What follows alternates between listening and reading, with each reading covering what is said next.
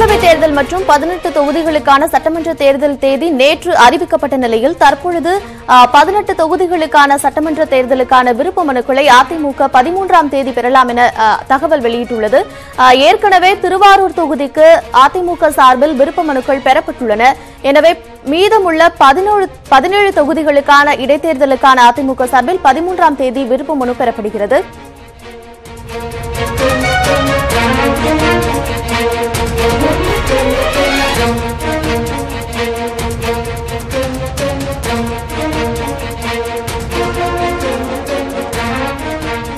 இதுகுறித்து செய்தியாளர் தமிழரசியிடம் விரிவான தகவல்களை கேட்கலாம். தமிழரசி, சொல்லுங்கள், தற்பொழுது 18 தொகுதிகளுக்கு இடைத்தேர்தலுக்கான விருப்ப மனுக்கள் 13ஆம் தேதி தரப்படும் என்று அதிமுக சார்பில் தகவல் வெளியாகியுள்ளது. தகவலுடைய முழு விவரம் சொல்லுங்க.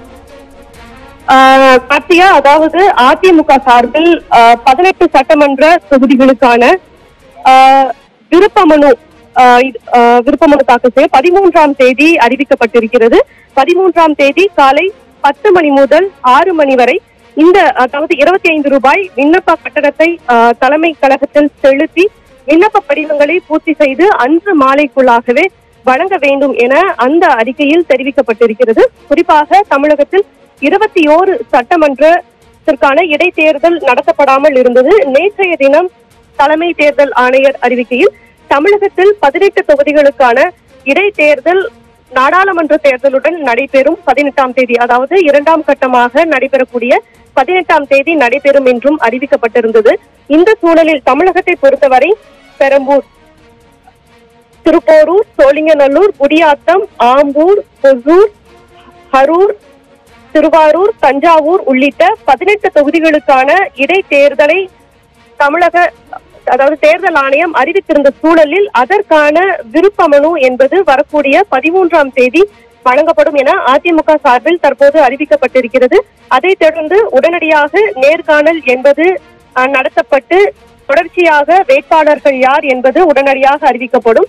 குறிப்பாக ஒட்டப்பிடாரம், அரவக்குறிச்சி, திருப்பரங்குன்றம் ஆகிய தொகுதிகளில் வழக்குகள் நிலுவையில் இருப்பதன் காரணமாக அந்த தொகுதிகளுக்கு இடைத்தேர்தல் என்பது அறிவிக்கப்படவில்லை. எஞ்சி இருக்கக்கூடிய 18 தொகுதிகளுக்கான விருப்ப மனுவை 13ஆம் தேதி வழங்குவதாக தற்போது அதிமுக அறிவித்திருக்கிறது.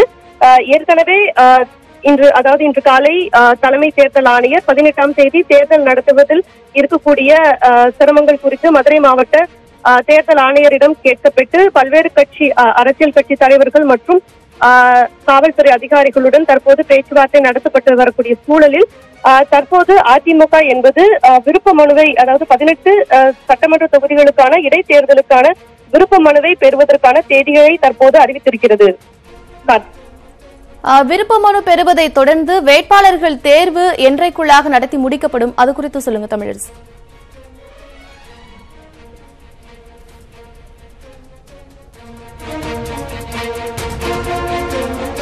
விருப்ப மனு பெறப்படுவதை தொடர்ந்து வேட்பாளர்கள் தேர்வு என்றைக்குள்ளாக நடத்தி முடிக்கப்படும், அது குறித்து சொல்லுங்க தமிழரசு.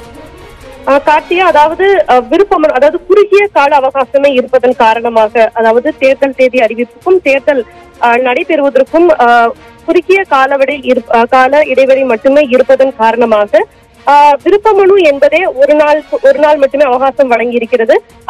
அதன் பிறகு உடனடியாக நேர்காணல் என்பது நடத்தப்படும். நேர்காணல் நடத்தப்பட்டதும் உடனடியாக வேட்பாளர்களின் பெயரும் அறிவிக்கப்படும். எனவே குறுகிய கால அவகாசம் இருப்பதன் காரணமாக அடுத்தடுத்த நடவடிக்கைகள் ஒரே நாட்களில், அதாவது உடனடியாக மேற்கொள்ளப்படும் என எதிர்பார்க்கப்படுகிறது. கார்த்திகா, 13ஆம் தேதியை பூர்த்தி செய்த விருப்ப மனுவை கட்சி தலைமை அலுவலகத்தில் செலுத்தி உடனடியாக வேட்புமனு தாக்கல் மற்றும் வேட்பாளர்கள் தேர்வு நடைபெறும் என்று தமிழரசி தெரிவித்தார்.